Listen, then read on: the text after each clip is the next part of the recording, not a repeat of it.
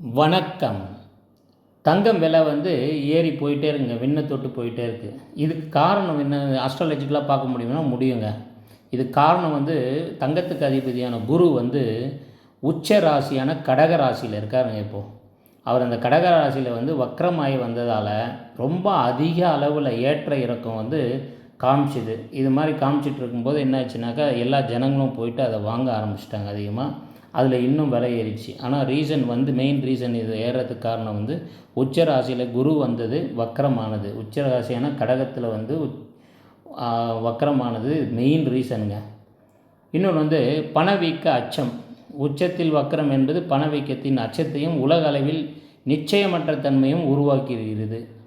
பாதுகாப்பிற்காக மக்கள் தங்கத்தை நோக்கி திரும்ப ஆரம்பித்தாங்க. இது ஒரு ரீசன்னு. ராகுவின் பங்கு இத்துடன் இணைந்துச்சுங்க. இது தாங்க கீ. ராகுவின் ஆதிக்கம் உலக அளவில் அரசியல் பதற்றம் ஏற்படுங்க.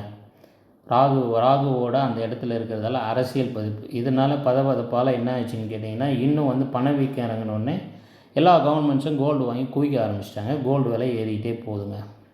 எனவே இந்த உச்ச வக்கர குரு பலமும் ராகுவின் பதற்றமே விலையேற்றத்துக்கான முக்கிய காரணம்.